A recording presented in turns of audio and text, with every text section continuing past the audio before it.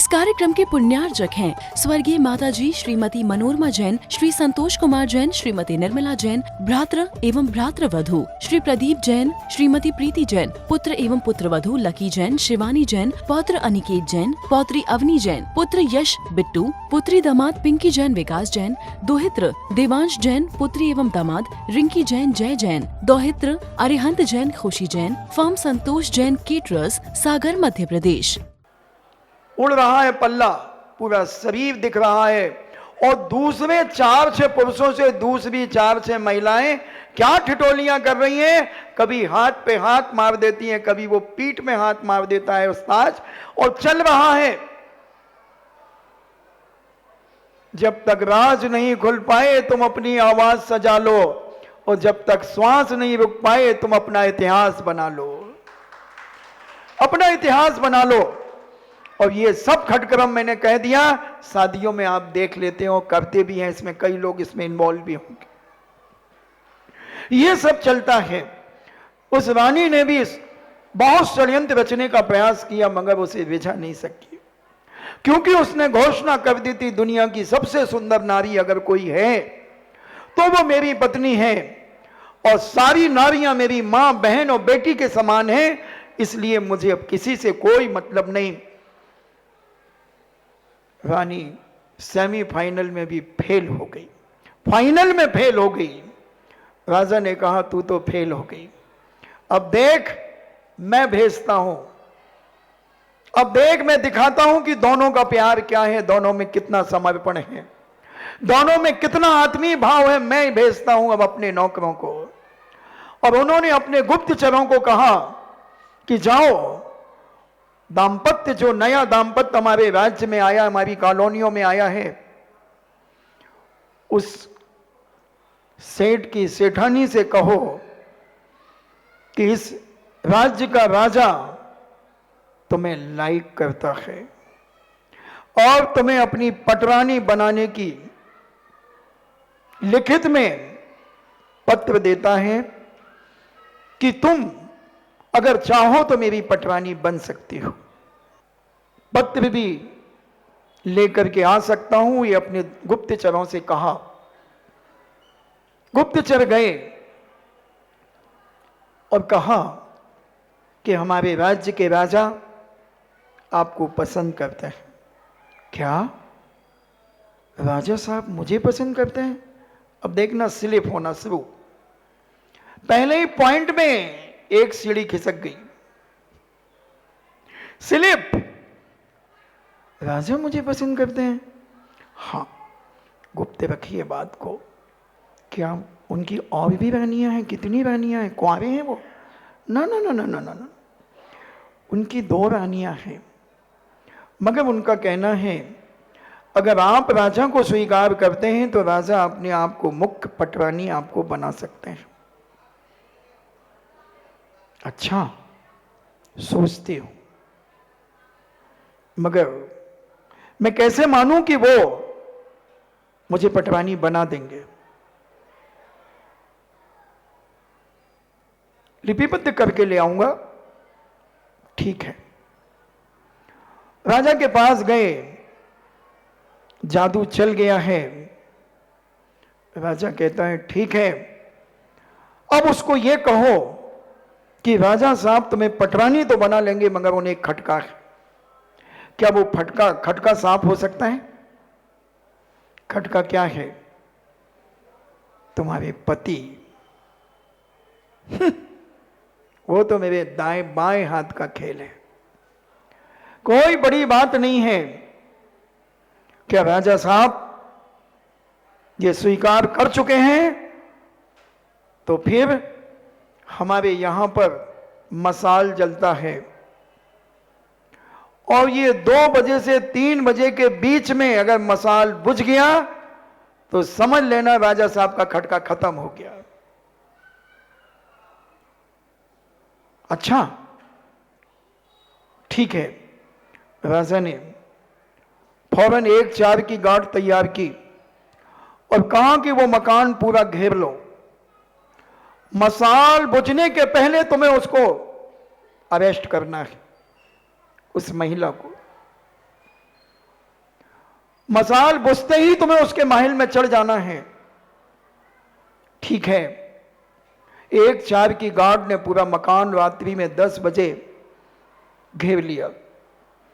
चौकन्ने हैं सारे सैनिक, मसाल की तरफ दृष्टि है कि मसाल बुझ ना जाए, मगर टाइम था 2 से 3 का। प्रतिदिन की भांति पति पत्नी जिस प्रकार से अपनी दिनचर्या करते थे, रात्रिचर्या करते थे, वो उन्होंने की। और पति जैसे ही निद्रा में गया, 2 बजे के बाद और चौकन्ने हैं, कब उसने उसकी गर्दन को नीचे गिरा दिया और मसाल बुझा दिया। जब तक एक 4 की गार्ड पहुंचती है, जब तक तो गर्दन नीचे पड़ी थी,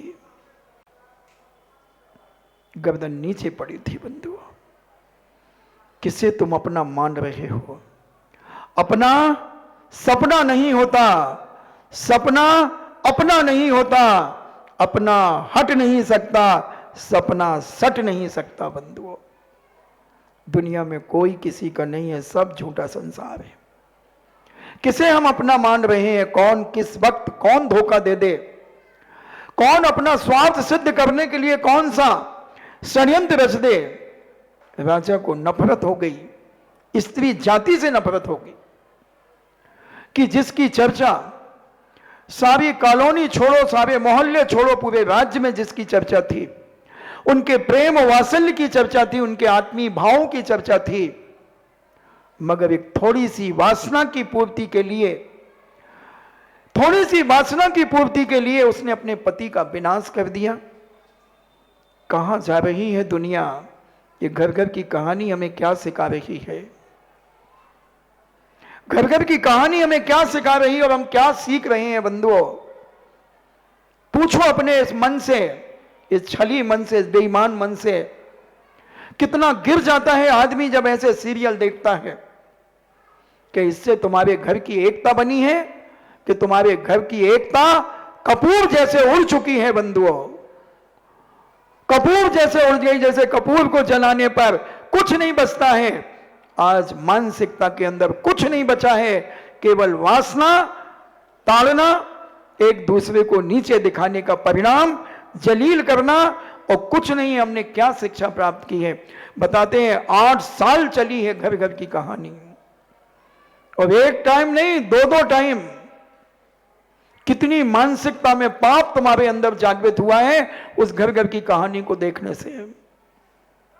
आज सोने के पहले 5 मिनट स्मरण करना, 8 साल की घर घर की कहानी को 5 मिनट में मस्तिष्क में घुमाना, और उस समय तुम्हारे मन के विचार कितने गंदे हो चुके थे। मैंने देखी नहीं है, मैंने नहीं देखी है, मगर मुझे मालूम है, मुझे 1-2 मिनट एक बच्चे ने मुझे बताया था कि महाराज जी ऐसे सीरियल गंदे आने लगे हैं कि जिसमें मम्मियों के मन भी खराब हो जाते हैं। बस साधु के लिए एक सूत्र ही पर्याप्त होता है, एक बिंदु ही पर्याप्त होता है, उस बिंदु से वो बहुत बड़ा सिंधु बनाने की ताकत रखता है।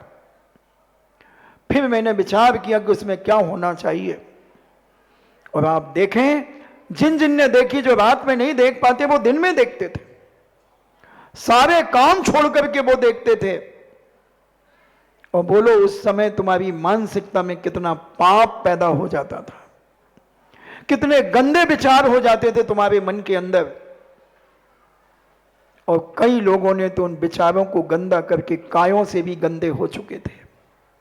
वाचनिक गंदे हो गए, मानसिक गंदे हो गए, काय से गंदे हो गए। कितने लोगों ने अपने देवरों से शादियां कर ली, कितने क्या क्या पाप कर लिया। मैं इस मंच से और स्पष्टीकरण नहीं करना चाहता, आप सब समझते हैं, समझदार के लिए सारा काफी है। क्या है, थोड़ा सोचें बंधुओं, कितना गिर चुका है आज का व्यक्ति। और हम चाहते हैं शांति, तो शांति के लिए हमें एक दूसरे की बुराई करना बंद करना पड़ेगा। अगर हम अपने घर में शांति चाहते हैं तो हमें प्रेम और वात्सल्य से अंतरंग परिणामों की निर्मलता के द्वारा हमें अपने घर की शांति को प्राप्त करना होगा। और जो कहना स्पष्ट करें मगर बहुत शालीन शब्दों में कहें, विनय पूर्वक कहें। आपको अगर गाली भी बकना है, किसी को जूते भी मारना है, तो सुने जूते मारने का तरीका मैं बताता हूं। जोधपुर एक राजस्थान में जोधपुर एक स्थान है। जैसे आप कहते हैं देखो जूते जूते मारूंगा ज्यादा दिमाग खराब किया तो वो क्या कहते हैं, देखो साहब अगर आप मेरी बात नहीं मानोगे तो मारी जूती आपके सिर पे बिराजे सा। मारी जूती आपके सिर पे बिराजे सा, यानी मेरा जूता आपके सिर पे बैठेगा।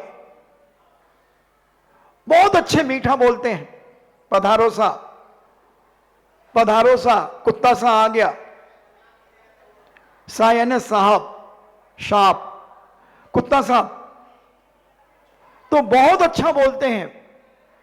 आप भी अच्छा बोलना सीखो ना। तुम्हें जो कहना कहो थोड़ा सा बोलने का तरीका बदल दो, आदमी को बुरा लगते लगते भी एक चेहरे पे मुस्कान आ जाएगी, हंस जाएगा। एक बार एक व्यक्ति ने मुझसे पूछा कि महाराज जी मुझे बहुत गुस्सा आता है, मैं गुस्सा कैसे शांत करूं। घर में बहस हो जाती है। तो मैंने कहा काम कर भाई, जब दूध उबलता है तो 1 चम्मच पानी डाल देते हैं तो दूध की उफान नीचे चली जाती है। ऐसे ही जब तेरा खून उबले, तुझे क्रोध आए, तो तू 1 गिलास मटके में से पानी निकाल करके और चुस्की से पीने लगना। तेरा जो खून उबल रहा है उसमें वो ठंडा ठंडा पानी जाएगा तो थोड़ी शांति हो जाएगी। बोले महाराज जी कोई फर्क नहीं पड़ता, और कुछ बताओ। मैंने सुन, 1 गिलास पानी ले और मुंह में भर ले, ना गुटक और ना बाहर निकाल, और अब देख तुझे गुस्सा कैसे आता है। बोले नहीं महाराज जी ये कोई बात ऐसे। मैंने उसे 9 पॉइंट दिए, अंतिम पॉइंट जो उसे दिया उसे समझ में आया। मैंने कहा जब तू बिल्कुल पक जाए अंदर से कि अब मुझे बोलना ही पड़ेगा, तो हमने कहा कुछ नहीं करना, बहस मत करना, और बहुत जोर नमो सिद्धाणु नमो सिद्धाणु नमो अभियाणु नमो जनो नमो लोहेसु बिसावणु 10-15 बार तू कहना, घर से रिप्लाई आएगा। बड़ा ये धर्मात्मा नमो का मंत्र पढ़ने लगे। और उधर का भी गुस्सा शांत और यहां का भी शांत। बहुत बड़ा शस्त्र है बंधुओं अपने क्रोध को शांत करने के लिए। उल्टी गिनती गिनना चालू कर दो 1 से 108 तक, और नहीं होती 1008 तक कर दो। क्रोध के बाप को भी शांत किया जा सकता है। और एक और प्रैक्टिकल देता हूं क्रोध को शांत करने के लिए। 2 एप्पल खाली पेट छिलके सहित, क्योंकि आजकल मॉम लगा आता, वैसे तो अभी हमने पढ़ा पेपर में 2000 प्रकार के एप्पल आते हैं, क्वालिटी 2000 प्रकार की क्वालिटी एप्पल की है। और नहीं, उन्होंने तो इतना कहा कि इतने प्रकार के एप्पल आते हैं कि एक दिन में एक क्वालिटी का एप्पल खाओगे तो 20 साल तक आप एप्पल बदल बदल के खाते रहोगे, दोबारा वो एप्पल आपको खाने ही नहीं मिलेगा। तो 2 एप्पल, आजकल कुछ एप्पलों में मोम लगा आता है, तो उन्हें गुनगुने पानी में डाल दीजिए। जब मोम थोड़ा सा फूल जाए तो एक मोटे कपड़े से रगड़ दीजिए खूब अच्छे से, और रगड़ करके कतर कतर करके एप्पल को खूब चबा चबा करके खाइए अपने लाला रस में मिला मिला करके। 15 दिन के अंदर बर्तन फेंकने वाला, मारपीट करने वाला, गाली गलौज करने वाले का भी क्रोध शांत होना शुरू हो जाएगा। प्रैक्टिकल करो। हाथ कंगन को आरसी क्या, पढ़े लिखे को फारसी क्या। प्रैक्टिकल करो, क्योंकि क्रोध आता है आयरन की कमी से। आयरन, जब बॉडी में आयरन की कमी होती है तो चिड़चिड़ापन आता है, क्रोध आता है। और प्रैक्टिकल करो। और अगर एप्पल ना मिले तो 2 आंवले का मुरब्बा, 2 आंवले का मुरब्बा बना करके खाएं। वो गर्मी में खाना, होली के बाद से चालू कर देना, नहीं तो नाक से डालडा घी निकलेगा। ओ छी, क्योंकि आंवले का मुरब्बा ठंडा होता है। तो ये क्रोध करने के, और फिर अपने ऊपर है, क्रोध करें और नहीं करें। कितना क्रोधी व्यक्ति चिल्लाता उल्लाता हो और उसी समय एसपी साहब आकर के खड़े हो जाएं तो कहां गया वो क्रोध, कहां गया? तो ऐसे व्यक्ति के बीच में हम रहें कि हमारा क्रोध, बड़ों के साथ उठना बैठना जब हम सीखेंगे तो हमारे अंदर एक विनयशीलता आती है, एक जीवन को परिवर्तन करने की कला आती है। और जब ये घर की शांति का वातावरण हमारे जीवन में बनेगा, सबकी भावनाओं की कदर करें। घर में अगर कोई वातावरण, कोई मीटिंग चल रही, कोई वार्तालाप चल रहा है, अगर किसी बच्चे ने भी कोई बात कही है तो घर के लोगों का कर्तव्य है कि उसकी बात को सुने। चुप बैठो, तुम हम लोगों के बीच में क्यों बोलते हो, हटो यहां से। नहीं, ये उसके अंदर एक उपेक्षा भाव है, उसे गिल्टी फील होगी उस बच्चे को कि मैं भी इस घर का एक सदस्य हूं, मेरा अपमान क्यों किया गया, मैं भी तो अपने विचार रख सकता हूं, आप मेरी बात माने या ना माने, जैसे पेपर में लिखा रहता है कि आप अपने विचार रख सकते हैं मगर कोई जरूरी नहीं कि हम आपके विचारों को स्वीकार करें। उसी प्रकार हर व्यक्ति को बोलने का अधिकार है, मगर उसकी बात मानी जाए या ना मानी जाए, मगर सुनना चाहिए। जैसे हमारे पूज्य महाराज श्री कहते हैं कि मैं नहीं कहता कि तुम मेरा प्रवचन, मेरी बात मानो, मगर ये जरूर कहते हैं वो कि मेरा प्रवचन जरूर सुनो, जरूर सुनो, मगर बीच में मत सुनना। अगर बीच में सुनोगे तो तुम इतनी क्लिपिंग बना करके इतने व्हाट्सएप चलाओगे कि जिसका कोई हिसाब नहीं। एक बार की एक घटना, हम कुंडलपुर में थे तो बहुत सारे बच्चे मेरे पास बैठे थे, तो मैंने कहा देखो बच्चों, बिना नहाए मंदिर नहीं जाना चाहिए। और उसी के बीच में एक महाराज निकल गए वहां से, तो उन्होंने इतना सुना कि मंदिर नहीं जाना चाहिए। अब शाम को गुरु भक्ति में जब वो मुझे मिले तो कहते हैं गंभीर सागर, हमने कहा क्या महाराज जी, वो एलक जी थे, तो हमने कहा क्या महाराज, बोले अब तुम क्या कह रहे थे बच्चों को कि मंदिर नहीं जाना चाहिए। इस कार्यक्रम के पुण्यार्जक थे स्वर्गीय माताजी श्रीमती मनोरमा जैन, श्री संतोष कुमार जैन, श्रीमती निर्मला जैन, भ्रातृ एवं भ्रातृवधू श्री प्रदीप जैन, श्रीमती प्रीति जैन, पुत्र एवं पुत्रवधू लकी जैन, शिवानी जैन, पौत्र अनिकेत जैन, पौत्री अवनी जैन, पुत्र यश बिट्टू, पुत्री दामाद पिंकी जैन विकास जैन, दोहित्र देवांश जैन, पुत्री एवं दामाद रिंकी जैन जय जैन, दोहित्र अरिहंत जैन खुशी जैन, फर्म संतोष जैन केटरर्स, सागर मध्य प्रदेश।